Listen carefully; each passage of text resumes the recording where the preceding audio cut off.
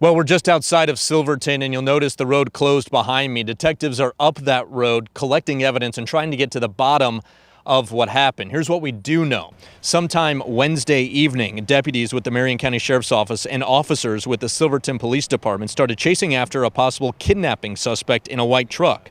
Somewhere in Silverton, somebody in the white truck started shooting at law enforcement. Minutes later, near Highway 214 and Forest Ridge Road Northeast, the pursuit ended, and there was an exchange of gunfire between authorities and somebody in the truck.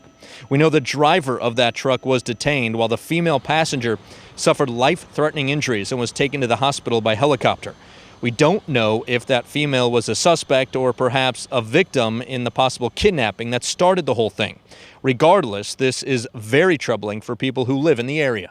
It's sad. It's very sad because we're a small community and we're just an awesome little town that we all pull together, and it's just very, very sad. The whole incident is sad. We can tell you multiple police vehicles were shot up during this gun battle involving one Marion County deputy and two Silverton police officers who are okay. We expect more information in the coming days. You can count on KGW to stay on top of it. For now, I'm Mike Benner reporting in Silverton. Back to you.